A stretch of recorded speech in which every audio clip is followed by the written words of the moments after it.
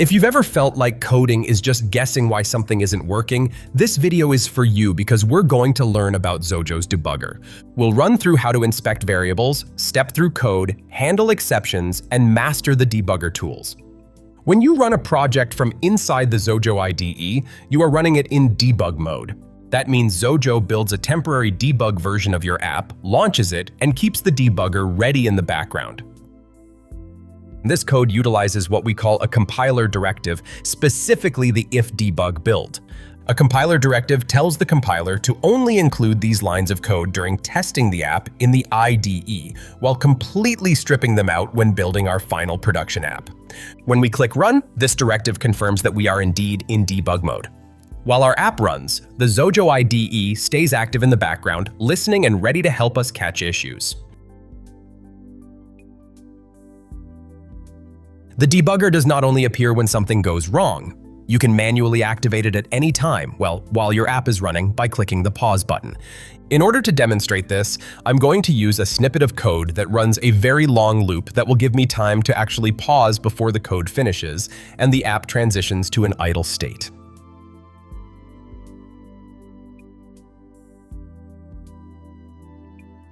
If your code is currently executing when you pause, Xojo pauses on the next line of code that will run. Once paused, Xojo shows the current method and highlights the next line that will execute. From here, we can inspect variables, step through code, or resume the application.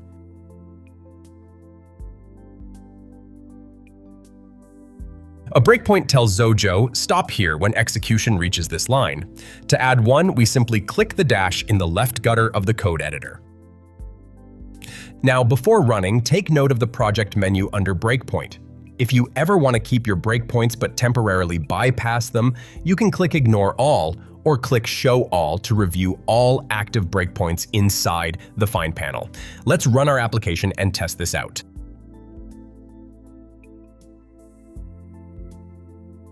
Once the app reaches the code execution line where we previously set the breakpoint, the app will get instantly paused by Xojo and the debugger will be shown so we can start inspecting what's going on. The code from the line where the breakpoint was set was not executed yet. Only previous code was executed up to that point.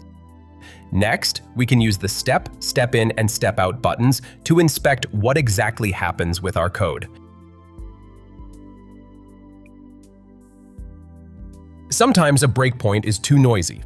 For example, if you have a loop that runs 100 times, you may only care about one specific iteration, so there's no need to pause the app execution every single time. One way to handle this is with the break keyword. Break activates the debugger only when the code reaches that line. And the best part is that it works only in debug mode while doing nothing in a built application, so there's no need to remove it before building. See, the debugger showed up when variable I reached 75. This is incredibly useful when debugging loops, repeated calculations, or large lists of data.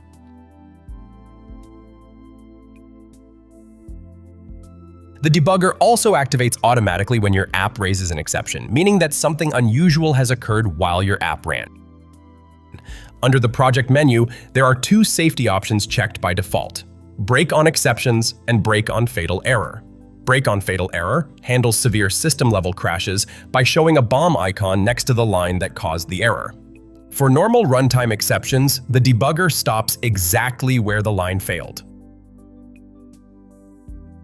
Let's trigger a runtime error in our app by using a simple customer class. So what do we have here? The customer variable has been declared, but it hasn't been created, so it is still nil. When we try to access its name, Xojo raises a NilObjectException, and the debugger shows us the exact line that caused the problem. To quickly fix this error, click the Edit button, fix the code, and rerun the application. All code changes that are made during a debug run will take effect the next time the app is started.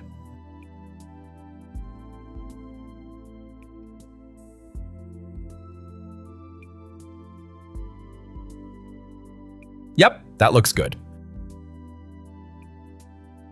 Sometimes you expect an exception and you already handle it properly.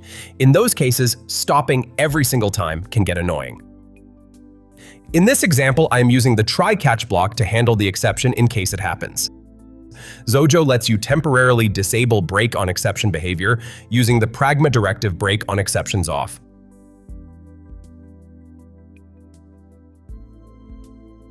Under the hood, this code still raises a nil object exception, but it is expected and handled.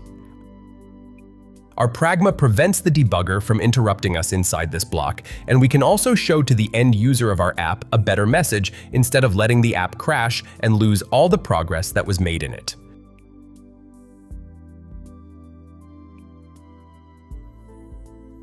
Once the debugger is active, you can control the execution of the app at any time from the debugger toolbar. Let's look at how the different stepping tools work. In this example, I am going to set a breakpoint at the first line in the code. I'm also using 2 extra methods to better demonstrate the subtle but important difference between a regular step and a step in press. All right, let's debug the app. Step is pretty straightforward. It is used to run the code one line at a time. Each time you click step, the highlighted code is executed and you remain in the debugger. But here is an important tip. If you click step while on a method call, the method is executed in the background, and once it returns its result, we move to the next line.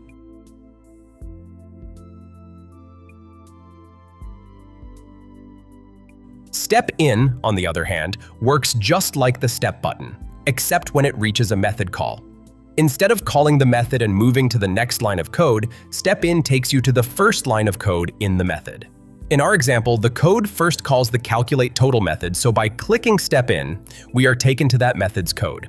And if I click again the step in button, the calculateTax method shows up.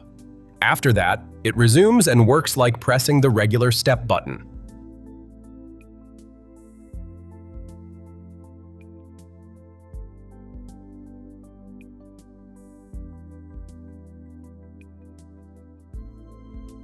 The step out button runs the rest of the code in the method and then stops when the method returns.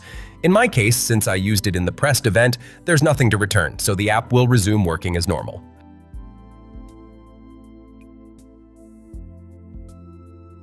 The call stack shows how your app arrived at the current line of code. It is one of the fastest ways to answer the question, how did my app get here?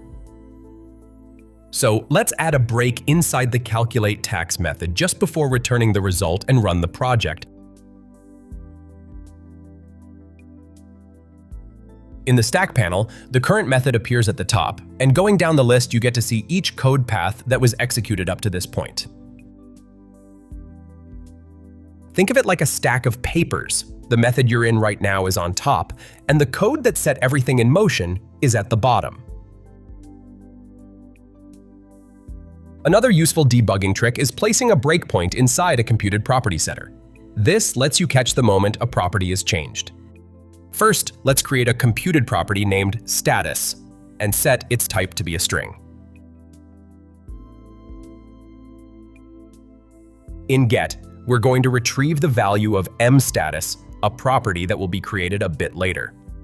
In set, first we add a break, and then we continue with changing the mStatus property value. Now, with our private property created, let's simply change the status property value. Setting the status value to processing and then complete looks fine for a simple demo.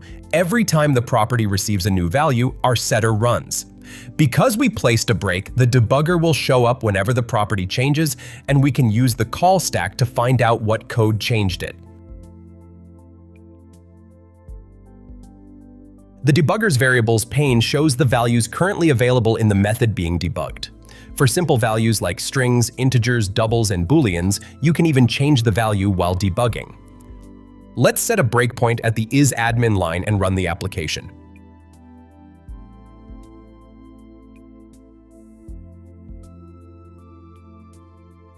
By default, we previously set the variable to be false. We can see that in the variables pane. So pressing the step button, the code will execute as expected, jumping over the branch that welcomes the administrator.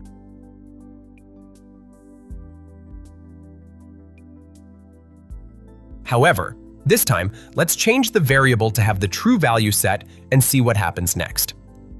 By changing the variable's value from false to true, the app followed the admin branch without us changing the source code. This is useful when you want to test conditions on the fly without stopping and restarting. The debugger can show more than basic variables. If a variable is an object, you can click its class name to inspect its properties. Keep in mind that constants do not appear in the debugger because they are resolved at compilation time. For strings, Xojo provides a larger text area viewer. Integers can be viewed as decimal, binary, hex, or octal. Additionally, doubles can be shown in scientific, decimal, or rounded format. And for complex class instances, we can expand them to drill down into internal properties. In larger methods, the variables pane can get crowded. The filter field lets you narrow the list quickly. You can filter variables whose names begin with, contain, or end with specific text. You can also enter multiple filters separated by commas to organize your view. Additionally, you can also press the Object Filter button and check the properties you need to look at.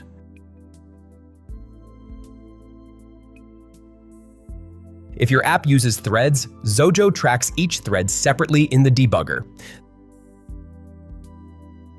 Let's add a thread to the project, and inside the run event, a simple loop that has a break when the I variable value becomes 5. Let's also make sure the thread is started when the app runs. Notice the stack pane. When the debugger is active, use the thread selector in the stack section to switch between running threads and inspect their code paths in isolation. In our case, we only have in the stack the main thread and the recently added loop thread. From the variables pane, you can dig deeper and inspect the thread in full, just like you do it normally. Stepping line by line or adding tons of temporary logs just to see when a value changes is exhausting and sometimes can be error-prone. Watchpoints are a smarter way to target the question, when did this change? This is particularly valuable when a class property is modified unexpectedly deeper in your call path and you don't know who is doing it. Let's look at this example. Our customer starts with an age of 34. I've also added 2 new methods to the app to make it more complex. One is the method update billing, and the other method is check subscription. What's interesting about this method is that accidentally it introduces a hard-to-find bug that keeps modifying our customer age. Let's run and hit our break line. In the variables pane, expand the customer object. Now, right-click the age property and select Watch from the menu. Observe the tracking icon appearing next to the age property and resume. Look at that. The debugger instantly paused on the exact line inside our check subscription helper where the modification occurred.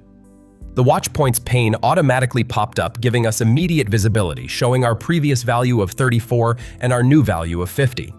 You can even add custom conditions like equal to or greater than thresholds by right-clicking the watchpoint and choosing Edit Watchpoint Expression. Just note that computed properties, arrays, and structures aren't supported for watchpoints yet, and if an object goes out of scope, the watchpoint becomes invalid. It is an incredibly powerful tool that lets the debugger do the hunting for you.